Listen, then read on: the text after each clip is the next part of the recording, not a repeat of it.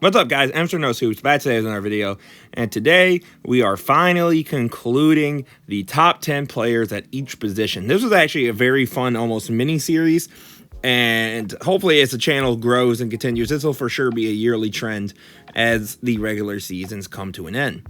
And right now, I'm sure free agency is a much bigger topic, but I'm sure every NBA channel that you're subscribed to is doing like 50 videos. And I'm planning to either on Tuesday or for next Saturday, kind of just doing a grading all the major signings or certain teams that have been like super active in free agency. Right now, don't forget to leave a like, comment, subscribe. Let's get the channel growing. As always, we are trying to hit 1K by November. I was thinking, since it is now July, if we could hit 750 by the end of this month or the next month, that would be much appreciated, you guys.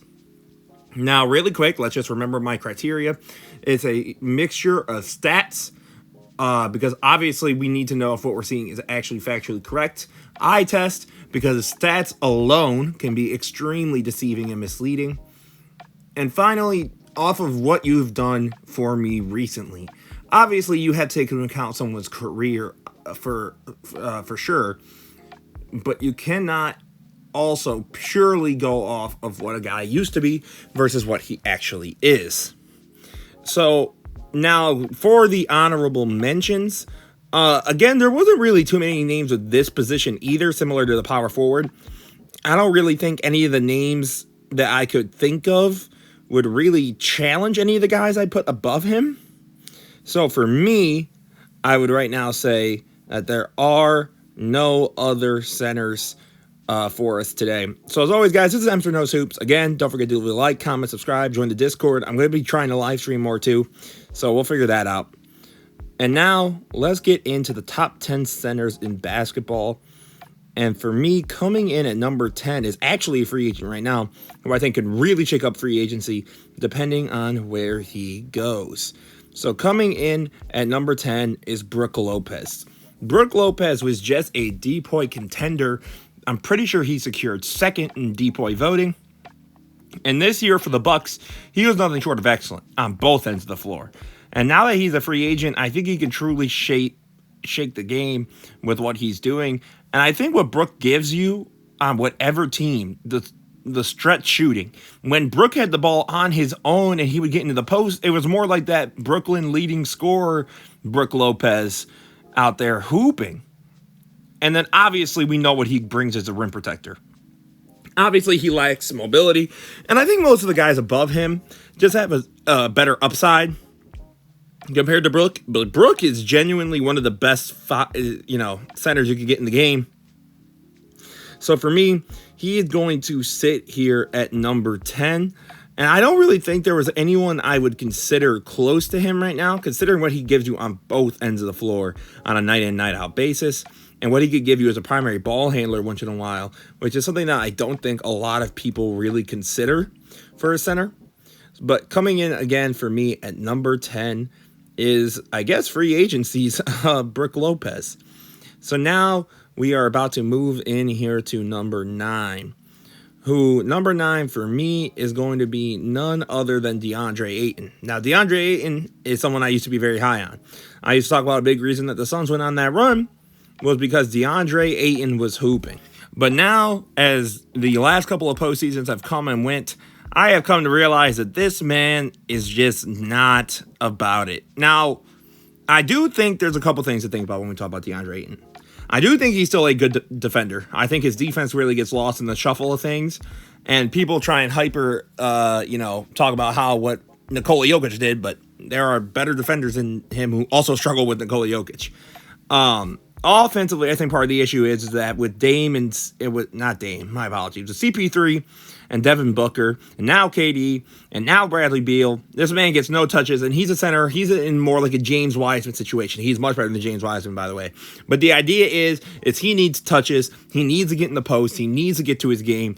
And he's on teams where he can't really do that. So I think he would be a little bit higher if he was in that kind of situation. But I'm not going to give you points for something that you're not doing or you're not in. So for me, DeAndre Ayton is number 9. And again, I'm just going to take some of his upside to take him over someone like Brook Lopez. But you could argue he's even lower. And then coming in at number 8, I have Myles Turner, who to me is just a younger, souped-up Brook Lopez. He's got that shooting. Now, I don't think he's as good as like in the post on the inside of someone like a Brook Lopez, obviously just because of his sheer height. But Myles Turner, to me, is one of the better defenders in the league. And then to be able to stretch the floor like he does, and to still be able to attack the rim consistently, and to give the Pacers such valuable defense, I think that's just an indescribable amount of worth for somebody as cheap as they got for Myles Turner. So for me, Myles Turner at 8 is just because it's like a young, right now at least, better Brook Lopez, who I would value over a DeAndre Ayton. But to me, Myles Turner is just going to continue to give value, especially as this team now has drafted even more rim protection from their lottery pick. So for me, right now, the Indiana Pacers' Myles Turner is going to sit at 8 because I'm sorry, that offensive game to me just clears over DeAndre Ayton. He's just a better defender as well.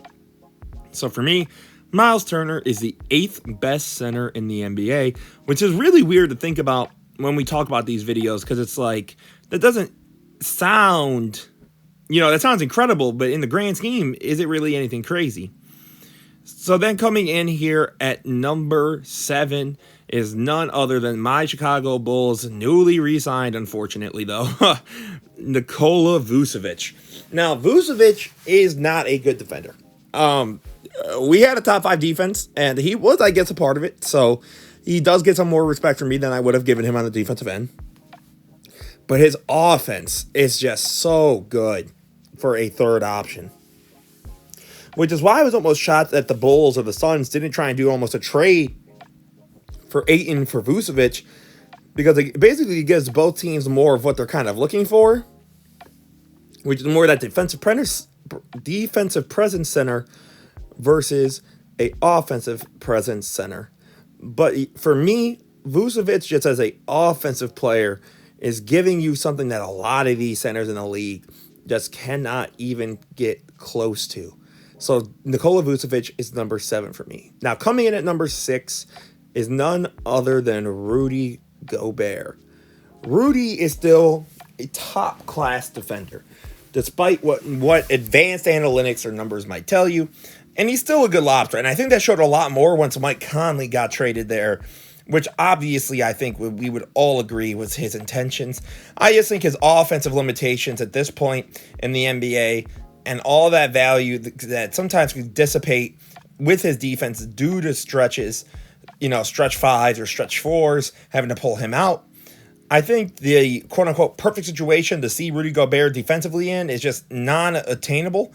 So at this point, to me, he just can't be any higher than 6, which is weird because for a guy who used to be debatably top 3 or 4, is now number 6. And coming in at number 5 is none other than Domantas Sabonis for the Sacramento Kings.